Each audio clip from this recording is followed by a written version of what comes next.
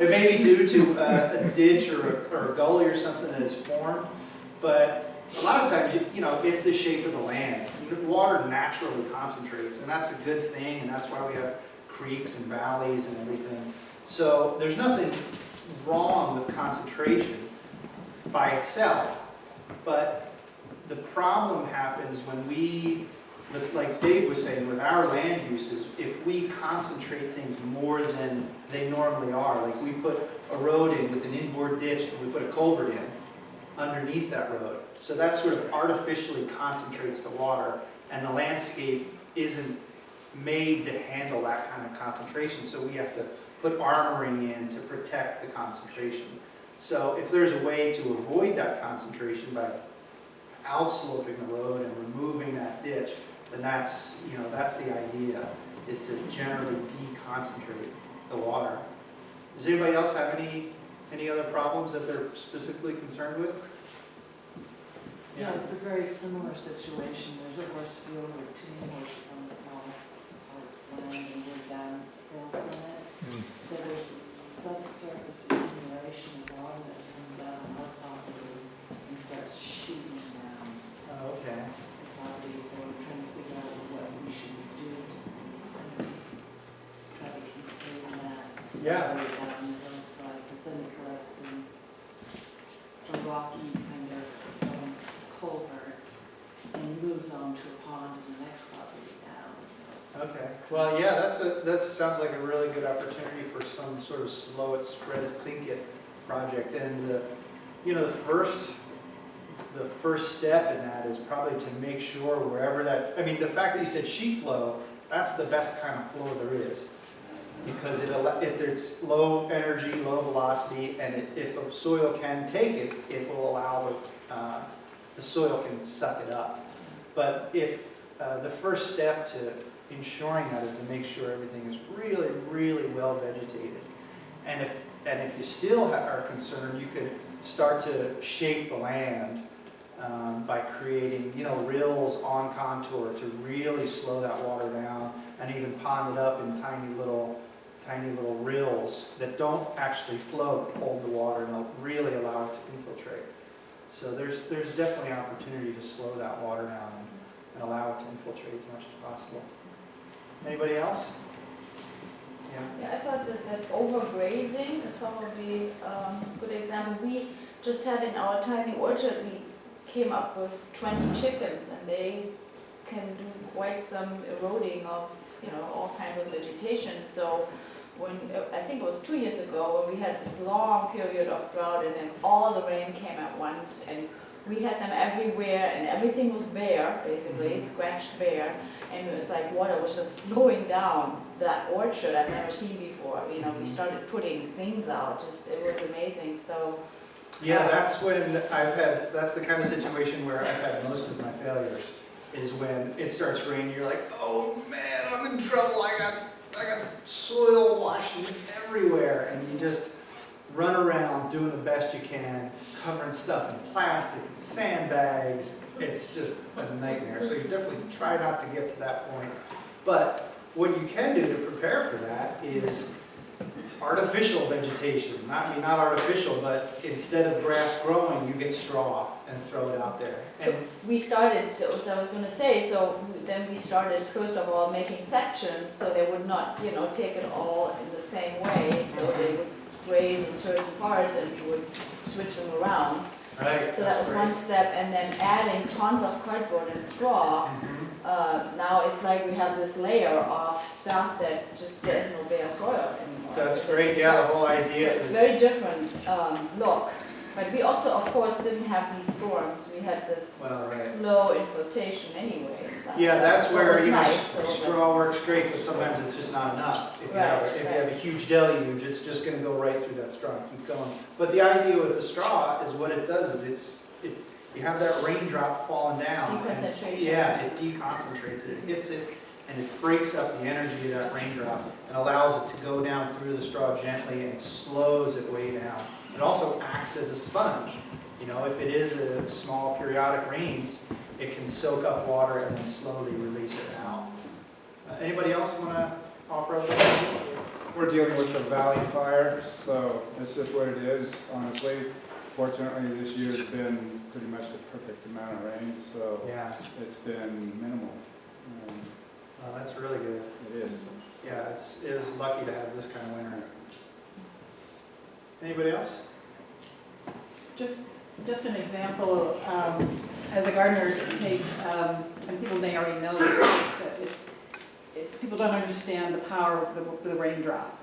And if there's no covering on the soil, as sometimes people will have just flower beds and they don't put anything, for whatever reason, they won't put mulch down. And the soil on the top will just become matted fairly quickly, whereas adding just a little bit of mulch will make a big difference. Yeah, mulch is So- great. It works really wonderfully as erosion control. And people think of mulch as keeping weeds at bay, which it does partially depending. But a really big deal with the mulch is protecting the surface of the soil. Yeah. You just don't see bare soil in a Yeah. natural situation. Yeah, bare soil is something you definitely want to avoid, and that was one of the, I have had some successes in erosion control over the course of my career, and one of them was, it was near Yosemite. It was a 40-acre mine reclamation, and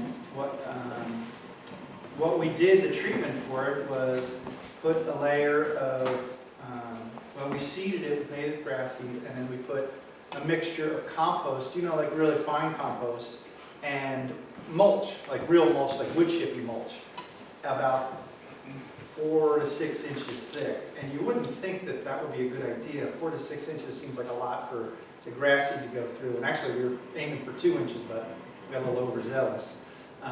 But anyway, it worked great. It held up wonderfully, and the grass came through. So I have had some successes. But one example I wanted to tell you about as it was in 98 or 99 or so. I was a landscaper, and I was working on a property in West County, and the contractors were building a barn, and we were there, as landscapers, landscaping the house and everything. And they had graded out a level pad on a gentle hillside, and it was all bare dirt, and winter was coming, and they had just put the gutters on and the downspouts, so all the water from the roof was really concentrated. And the first storm came, and it washed out a chunk of the hillside about the size of a VW. And I was just out of college. I didn't know what was going on, but the carpenter, he's like, "Hey man, that's bad. You might get in trouble for that." And he said, "Yeah, look, it's down in the creek." And we were way in the uplands.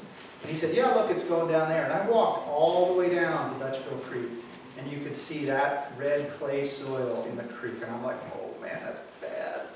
So I called up my boss. I was like, "Hey, what should we do?" And he said, "Okay, get wattles out. You can buy it at an irrigation store. Get wattles out, stake them in, and get some straw bales in there and stake them in great. And what you want to do is hold that water."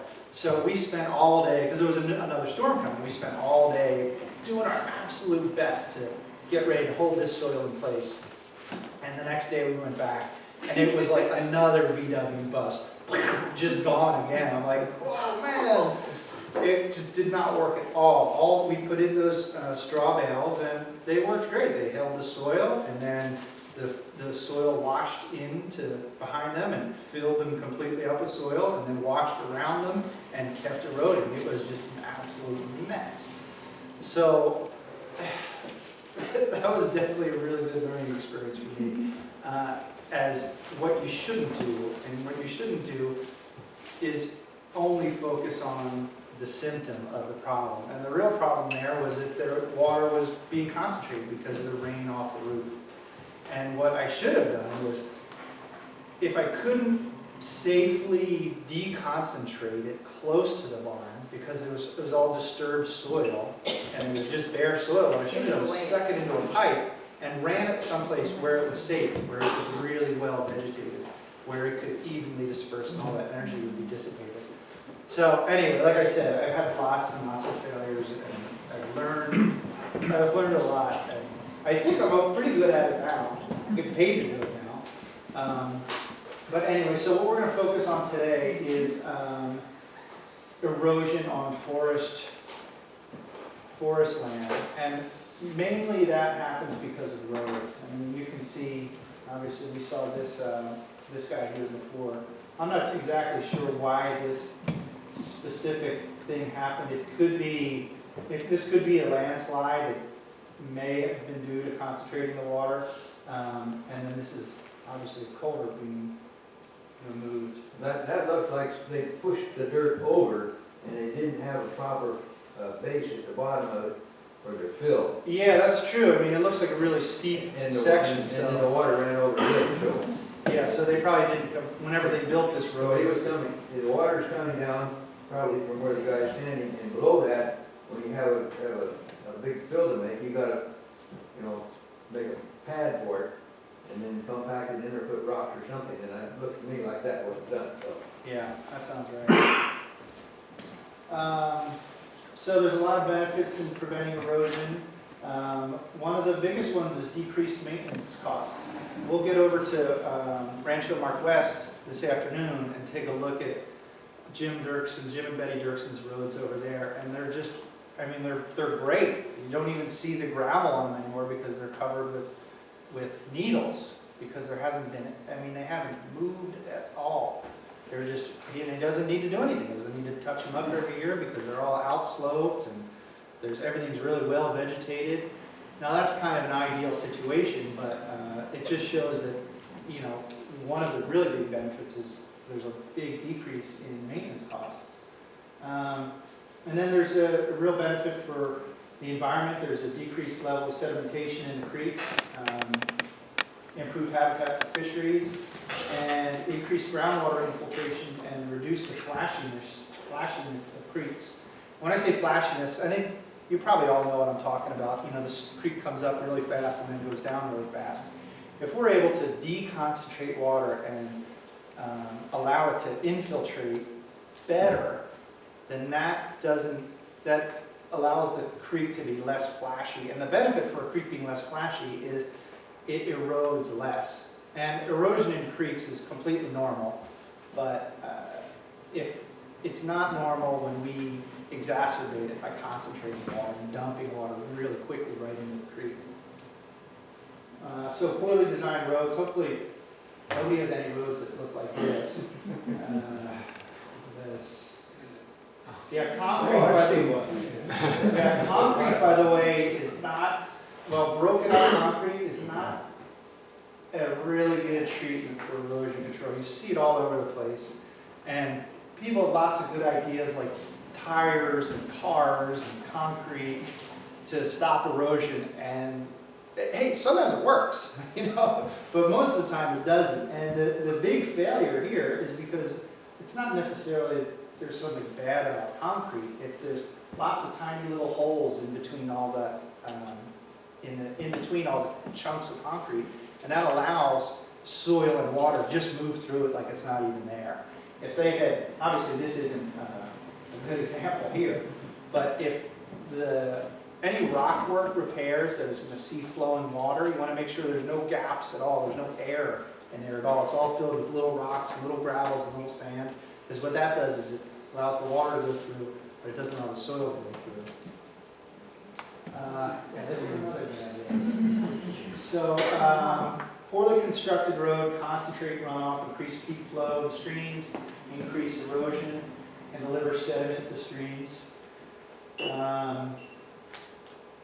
Studies show, I hate that word anthropogenic, but I couldn't come up with a better one. Man-made sediment. Half of the man-made sediment and extremes comes from road-related erosion. And, this looks like an extreme example, but it happens all over the place, this kind of erosion. And it's, if you have a huge storm, this is going to be happening all over the place. And the idea is to, again, deconcentrate it as much as possible.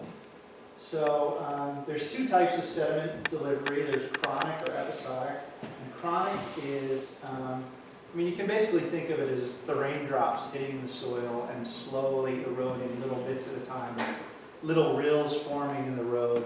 And then episodic is the big failures like we've seen in some of those past slides. Now this is a really important slide. How many people have gravel roads on their property?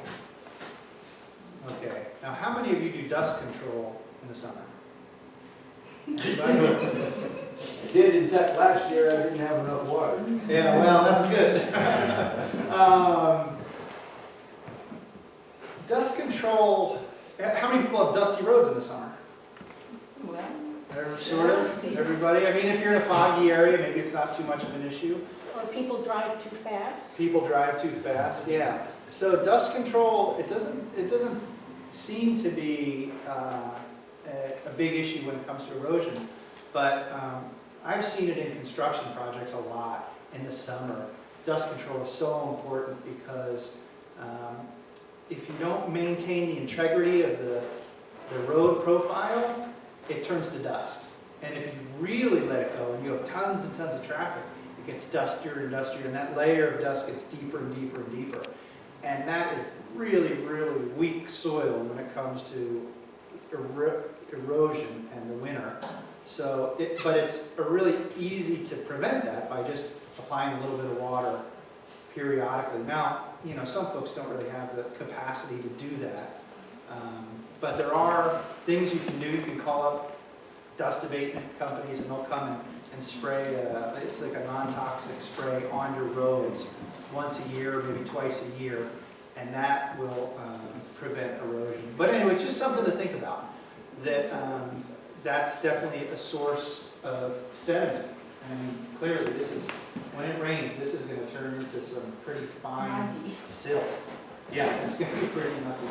And again, this is, you know, this is what happens when you have those fine silts, is it starts to erode and turn into rills. Another example that this reminds me of here is these rills are, boy, they're tough to control. If you have a road going straight downhill and you have people driving on it, you're going to get rills, and it's really, really hard to control. The one, again, this project that I did near Yosemite, we just installed this new gravel road, and the road was heading straight downhill. It wasn't long, you know, it was maybe 75 feet or something, and every rainstorm, I would get these rills coming down it, and it was just real fresh gravel. I hadn't had a good time to, had a year or two to get set up and really compacted in. So every rainstorm, I would get a rill, and all this gravel would wash out. Not much, you know, like 6 inches deep by, you know, 75 feet. Not much, but it was just killing me because I couldn't stop it. But finally what I did was I was out there in the pouring rain, and I took a shovel, and I just scratched a little rill.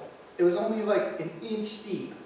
And with that, but I started way, way up at the very top where there was almost no water. And that diverted that tiny little bit of water. And then I went a few more feet down and scratched another tiny little rill just with a shovel. And what I did was deconcentrated that. I mean, essentially I was concentrating it, but it was a last ditch resort. But what I was doing, it was concentrating it in lots of different places so that it was able to get off the road safely and break up that bigger concentration. So that's the kind of thing that it's good to go out in the storms and look at what your problems are when it's raining. Yes? Yeah, that's exactly, actually a practice that we've been doing here for 3 decades.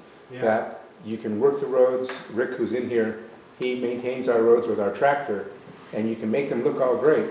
But the first storms, we get dressed, you go out and you look and you see where are the weak points.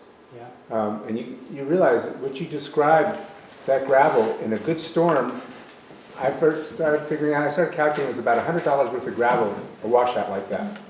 By the time you had to go bring it back and go replace it. Yeah. And that was a lot for us then.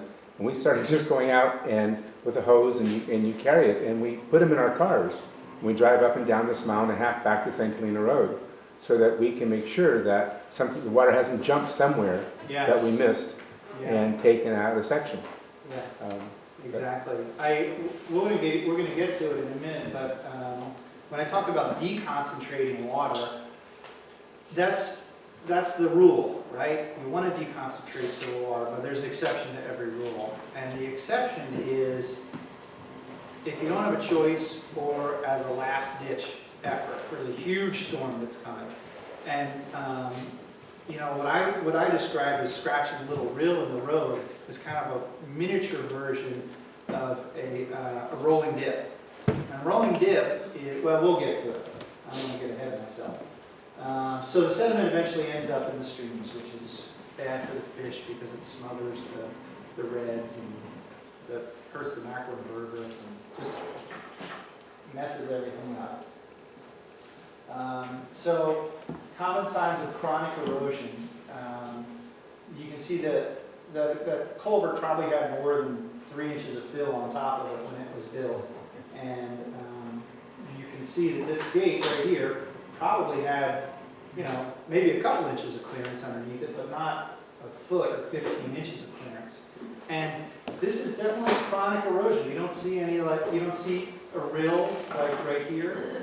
You don't see anything like that here. You don't see anything like that here. What this is it's in the summer when you're driving on a gravel road and your tires are going over it, you make a little turn, you break up the surface and that surface turns to dust. And when it rains, you can't even see it, but the raindrops hit that dust and that gravel and it just washes away.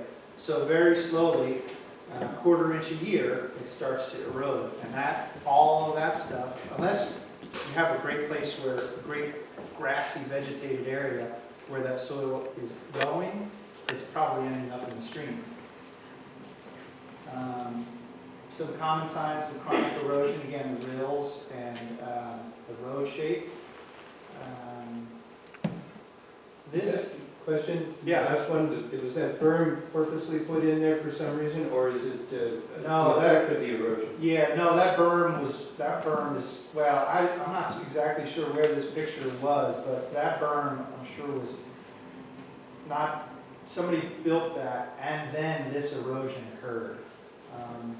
Berms are, berms and that kind of thing happen. Water should have been allowed to sheet off of that, just perpendicular to the road all the way downhill, right? Yeah, exactly, that's the idea, is to get it. Looked to me like they never got finished with what they were doing. Yeah, this is the kind of thing I've done in the middle of rainstorms. You have no idea how many times I've been out at night. It's almost that night. I mean, huge sheets of plastic and sandbags.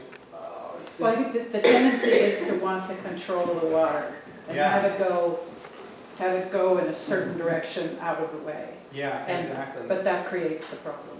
Yeah, There. yeah. And I mean, sometimes you don't have a choice,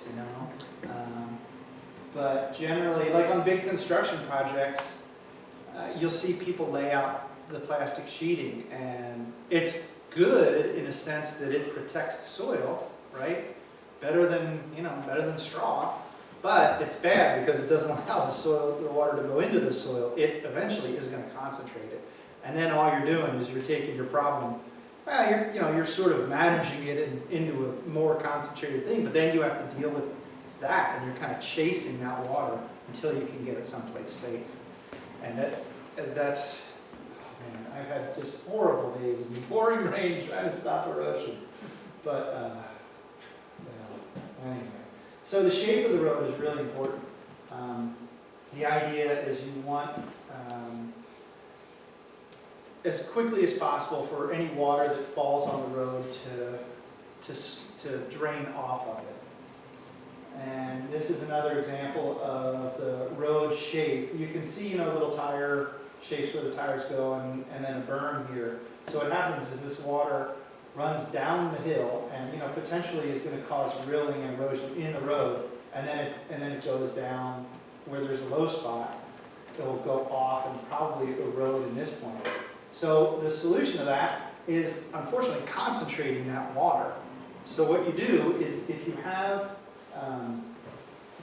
a stretch of road going downhill, you want to outslope the road as much as possible so when the water hits the road, it goes off immediately, right? But let's say you have your road designed perfectly and it's all outsloped and rocked, then you have a pretty good rainstorm and somebody drives up that road in the middle of the rainstorm and you get a rut that's a quarter inch deep. That's all you need to concentrate water. So water's going to go into that rut and start eroding and make a deeper, deeper, deeper rut.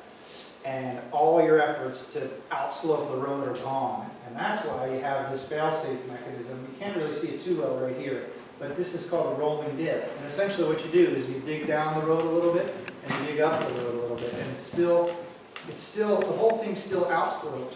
But if a rut, or if a rill happens to form, it's going to go, but it's going to get caught by that rolling dip, and it's going to go into the grass and not keep going down the hill and getting deeper and deeper and deeper. So that's the purpose of these rolling dips. Kind of like a little dam. It's not really a dam so much as a diversion. So it doesn't dam the water as much as when the water hits it, it turns and goes into a safe place. But the idea, again, if your roads are really well built and really well maintained, and you don't have to drive on them in a big rainstorm, then they're going to hold up okay. And it may never get to the point of concentrating and needing this rolling dip to safely get it off the road. Again, this is another example of a rolling dip. This is a road that's coming straight downhill, and you can see how you could get ruts in it, and then it's also it's shaped inward so that the water goes into a ditch here, and then there's probably a culvert downhill. So the treatment for this is to regrade the road so that all the water slopes off. Not only the water that hits the road goes off, but the water that's coming down the landscape hits the road and keeps going across, instead of going into a ditch, then going into a culvert and being concentrated. So this is the rolling dip. You can see it a little bit better here. Instead of having one long straight shot, you have this series of dips coming down the hill, so that if the water does happen to be concentrated for some reason, that it safely gets off. Repeated, it has lots of chances to get off. Again, this is a little hard to see, but this is the difference between an insloped road and an outsloped road. So again, the roadbed, Tom, you probably have way more experience than I do as far as, building roads and the history of roads. My assumption is that roads were built like this, as logging roads with dozers, and my guess is that it was done for safety. If you're on a dozer in the wintertime or at any time, if I slide, I'd rather go into the hill than off the side of the cliff. It's always, I'm in some disagreement with this outsloping. I think it works in some places, in some places it doesn't. And the reason I say that is you got a lot of my roads are really narrow. And so you don't have any place to go if something happens. Yeah. So you need to, if you're gonna slide, you better slide into the inside. If you can get the road wide enough, then you can go out. So it depends also on the traffic. The other thing is, you have to get out there, like you said. I've been doing it for over 60 years, and I get out in the middle of the night, not as much as I used to, but if I'm out in the middle of the night, big storms, the last storm we've had, I've been out sometimes all day long. Yeah. Just going along, look at my mule out there and see my tools that I carry with me. Well, that's the ounce of prevention, right? It's something you have to do, and you can, like you said, go to a little mark with your hole you made. Also, you can, if you're out there, if something happens, you can take care of it, and it doesn't take that long. When you don't do it, you got a major problem. Out in the life right now, the roads are such that it's not advisable to bring truckloads of rock or anything in to fix anything. Yeah. It's better be here, and you can save it. The other thing I do is I have stockpiles of material, different places, just a little bit, so if you need anything, you can put it in. Yeah, that's a great idea. And that's a really good point, to question everything. Question outsloping, question insloping. If there's any kind of message, I want to send it home. I've seen some of these people put those rolling dips in, and it's like coming here and trying to drive over that table. If they got that much water, it isn't gonna. Yeah, That's if you get that much water, you got bigger problems to Yeah. worry about. Yeah, definitely. Now, the reason they make those that big, I agree with you, some of them are a little bit too big, but it's to prevent getting beat up. Even if years can go by, and even if the road is really, really rutted, it's still, because it's so big, it's going to work.